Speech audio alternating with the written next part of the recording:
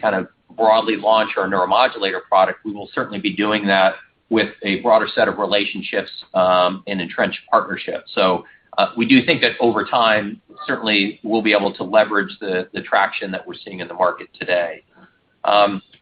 On the overall preparation side of it, absolutely. Our team's done a great job of taking sort of advantage of this downtime where we have been engaged with outside consultants and experts to do mock audits, to pressure test our systems, and we are actively building inventory in preparation for our launch. So things aren't changing there. We've actually trained our sales force as well, and so we continue to be leaning in, and we'll certainly be ready once approval comes.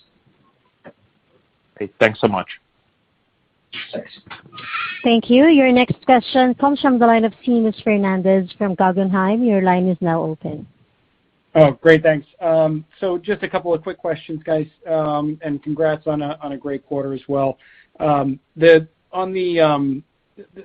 share market that you guys are seeing at this point in terms of the uptake in the practices that you're in, can you just maybe give us a sense of directionally how the RHA fillers are performing within that bucket, and really where you're seeing the use of the product have its biggest impact. And then the second question, just as we think about the opportunity for DAXI, obviously your execution has been very impressive. What really would you say are kind of the biggest headwinds from a competitor perspective?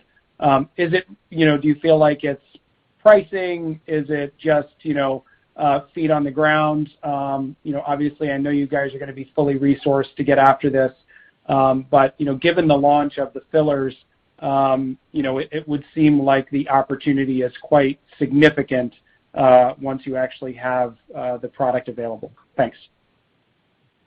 Great, thanks, Seamus. So maybe I'll take the first part of the first one and then have Dustin comment on sort of the use of product and kind of where we're seeing it.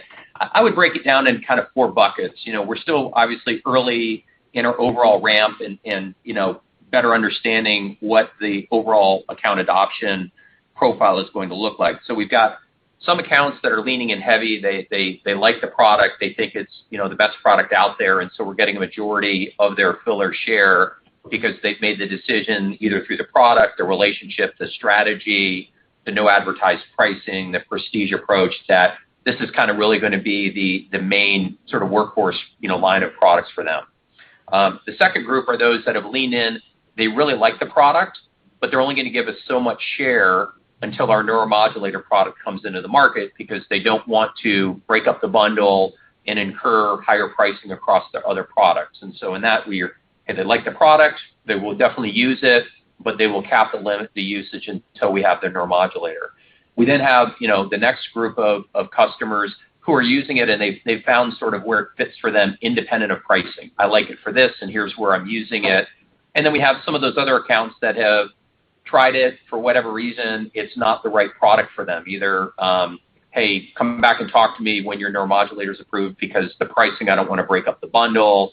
I like it here, but I feel I've got alternatives. And so we've got a broad range, but obviously with the performance that we've had now for 2 consecutive quarters, the strategy is working, the story's resonating, we're disciplined in sort of the accounts that we're going after that really see value in the prestige category. And so as we get further into the launch, I think we'll have a better sense for kind of how those buckets are shaking out. And then I think it has the ability to morph again once we have the neuromodulator in the market.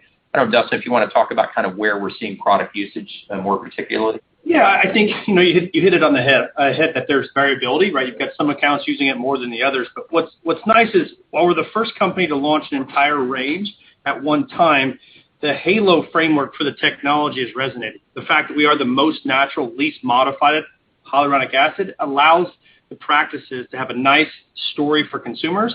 I'd say they're deciding what is fits their practice best, whether it's 2, 3, or 4. And then once they get started with that, we've got an opportunity to expand. So I really think it varies based off of the needs for the practice, but we haven't found a situation where it just doesn't fit. There's opportunities for us to continue to grow and even build on the foundation that we've started so far.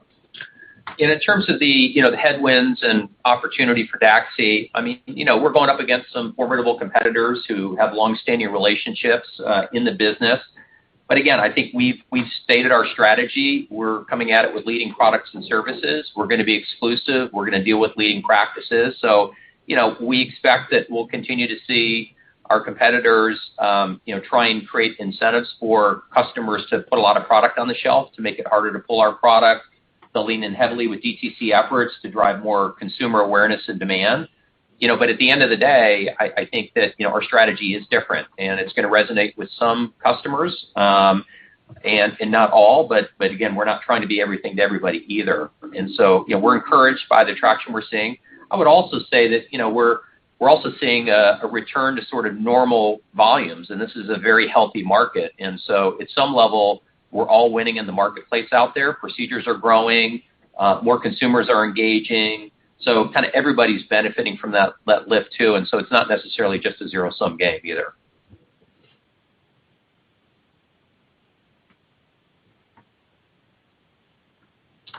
Thanks, Seamus. Next question. Thank you. Your next question comes from the line of Terence Flynn from Goldman Sachs. Your line is now open. Great. Thanks so much for taking the questions. I was just wondering, maybe if you could comment or speculate with respect to the timing of the manufacturing inspection, if you think that might occur this year. And then, just broader as you think about the recovery here in aesthetics, maybe you guys could tell us what you're seeing out there in the marketplace, maybe March trends versus earlier in the quarter, and then any update on how you're thinking about the international opportunity for DAXI. Thank you. Sure. Thanks, Terence. So first off, the inspection timing, again, we continue to expect that we'll be approved and on the market before the end of 2021. As I mentioned in my prepared remarks, we do expect that we'll receive an inspection date in the not too distant future. Again, if you look at, the COVID numbers are trending down, certainly in the Northern California area where our manufacturing facility is. The agency just recently, last week, put out updated guidance, which is their most comprehensive to date in terms of their stated goals about how they're going to approach things. And, based on our ongoing engagement with the agency and, leveraging other resources, we continue to feel that, we will be provided with an inspection date, again, in the not too distant future. And while typically we wouldn't be making these comments given the unique COVID environment, we will announce publicly once we get a date from the agency. So we'll have that to be able to share. And then, maybe I'll let Dustin talk a little bit about sort of the recovery trends and what we're seeing there. Yeah, I think overall trends in the aesthetic industry are always a bit complex, right? You've got seasonality from Q1 to Q4. You've got different pricing programs or loyalty discount programs that drive certain purchase behaviors. And so it's a bit complex to trend out. And then layer on top of the COVID environment, it makes it even more complex. However, as it looks to the recovery, looking at how well the market's trending, I think you're seeing that we've reported volumes are up from our processing volumes. So that speaks to the health of the overall practice. Leveraging that data, we can see that practices are growing, not just in injectables. We talked about more live meetings. We went to the first live meeting in Miami that was held. So live education has begun again, as well as travel. You're starting to see increase in travel. So we feel like we're in a real good position for the recovery of the aesthetic market today.